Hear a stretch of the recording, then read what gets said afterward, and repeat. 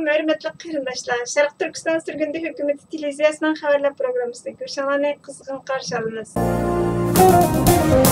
Florida Daily Gazet'ning 14 fevraldagi xabariga qaraganda, oldingi hafta Amerika Kengash palata a'zosi Rick Scott American First Policy Institute'ning yig'inida Xitoy 2022 yilda Olimpik tantarbiyasi musobaqasi cho'nlig'ida tahdid elib keladi degan temada nutq so'zlab, o'tgan hafta Beijingdagi qishloq Olimpik tantarbiya musobaqasining amaliyatining NBC kanalida ko'rsatilganligi, ochilish marosimining normalda sohibxonlik qilgan shahar va davlatning madaniyati haqida alohida signal beradiganligi, ammo unutilmaydigan bir narsaning Xitoyning bir tarafdan Sharq Turkistondagi Uyg'ur va boshqa turkiy xalqlarga irqiy qirg'inchilik yurgizib, yana bir tarafdan bir Uyg'ur qizni mash'alchi qilib tanlaganligi. Bu Xitoyning xatoliklarini yo'gashdagi mukammal bir tashviqot usuli ekanligi.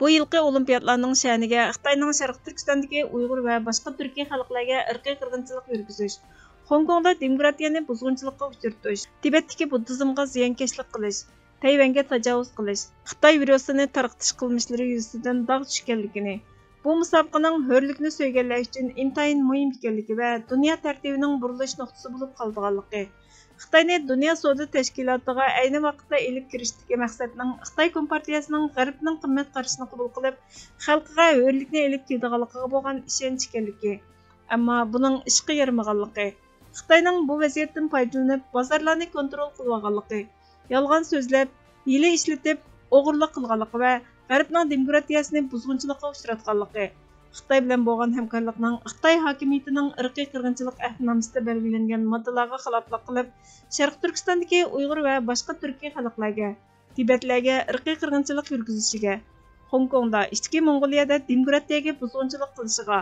Tayvanga tajovuz qilishga, Falun Gongchilarga ziyonkashlik qilishga, bir balvoq bir yo'l qurilishida hamkorlashgan taraqqiy qilayotgan davlatlar bilan iqtisodiy ittifoq qurish uchun ularning qarzga bo'g'ib qo'yishiga yo'l ochganligini, Amerikaning texnikasini, tijorat sirlarini o'g'irlaganligini, harbiy qism qurib, kuchni orttirib, raqiblarini yiltizidan qumurib tashlashga, Amerika va uning ittifoqdoshlarini bir-biridan ayirishga urinayotganligini, Amerikaning dushmaniga aylanganligini va yangi so'g'uq munosabatlar urushini qo'zg'atganligini, Trumpning Xitoyga taqobil turishda unumli tadbir qo'llanganligini, ammo Baydenning yetarli taqobil turish tadbirlarini qo'llanmaganligini, Amerikaliklarning Xitoy ishlab chiqargan mahsulotlarni sotib olmasligi, Xitoy shirkatlariga mablag' solmasligi, Amerika universitetlarida va tajribaxonalarida ishlatayotgan tadqiqotchilarning kim ekanligini aniqlash kerakligi, Xitoyning tashviqotini to'xtatish uchun Kongsi institutlarini taqash, Xitoyning Birlashgan Davlatlar Tashkilotida, Xalqaro pul fondi tashkilotida, Dunyo bankisida va olimpiyatlarda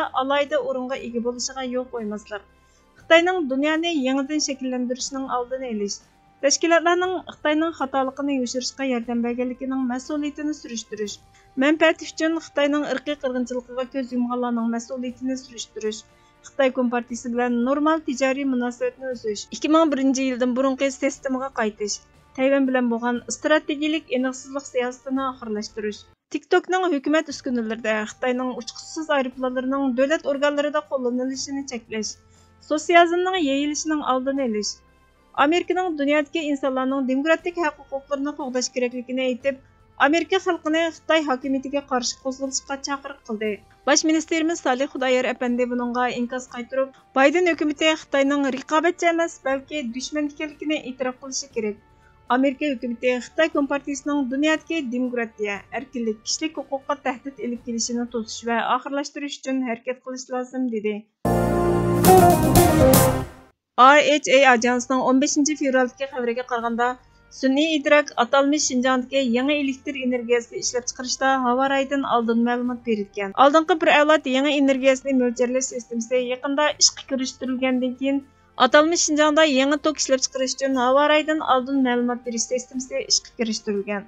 Bu sistema sun'iy idrokni asos qilgan 10 dan ortiq algoritmni ishlatib, elektr mashg'uloti sonliq ma'lumotlari, shamol va quyosh energiyasi sonliq ma'lumotlarini cho'nqur tahlil qilib, yangi energiyalik tokning kelgusi bir mezgildagi holatini mo'ljallay ekan.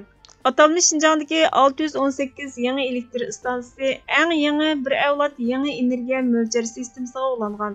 Bu sistema quruqliq, shamol va quyosh energiyasi, shundoqla tok tarqatish alayligiga asosan yenik yoki kuchli shamol sharoitiga qarab o'xshamagan mo'lcherlash strategiyasini hisoblay oladi ekan. Shamol energiyasi mo'lcherining to'g'riliq nisbatining 96% ga yetishiga ergishib, atalmish Şinjanning shamol, quyosh energiyasi qatorliq mo'l tabiiy boyliqlarni planlash va taraqqiy qildirishni texmi oson va unumli qilg'ili bo'ladi ekan. Amerika Moliya Ministerligi seshanba kuni Beijingning Amerika pul muomala bozoridan erishgan naqd pul bilan qurolliq kuch qurishning oldini olishni maqsad qilgan belgilama chiqarib, 59 Xitoy harbiy shirkatiga jazo yurgizdi. Bu belgilama Amerikaning barliq pul muomala va pay huquqi shirkatlari shundaqla yakka mablag' sog'uvchilarning aksiya savdosi qilishini cheklaydi. Bu shirkatlar ilgari 5 burjalik bino tarafidan harbiy mulk qilib bekitilgan. Bu shirkatlar Xitoy axborot mulozimati bilan munosabati bor deb gumon qilingan Huawei texnikasini o'z ichiga olgan bir qator Xitoy aviatsiya va telegraf shirkatlarini o'z ichiga oladi. Bu jazo Xitoy harbiy sanoatining Xitoy xalq egiligi bilan moslashgan ba'zi qismlarini nishon qiladi.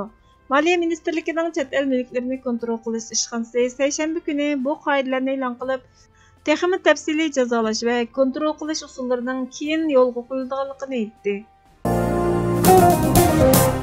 Naqadar boyliq va huzur ichida yashasimi, mustaqil bir davlatda bo'lmagan millat xizmatkor o'rnida ko'riladi. Xo'jayin bo'lolmaydi. Bir kollektiv yakka bir shaxsning g'ayrati bilan bir qadammi olg'a ilgariy olmaydi. Umumiy qutulish umumiy g'ayratni talab qiladi. Bir millat, bir mamlakat uchun qutulish, asallik va muvaffaqiyat orzu qilsa, buni bir shaxsdan hech bir vaqt talab qilmasligi lozim. Turlik muvaffaqiyat sirining, quvvatning, qudratning haqiqiy manbasi millatning o'zi ekanligiga ishonchim komil deydi Mustafa Kemal Atatürk. Hurmatli ko'ruvchilar, xabarlarimizni ko'rganlar uchun ko'p rahmat. Kelar qitimli programmamiz ko'rishguncha Allohga omonat bo'linglar.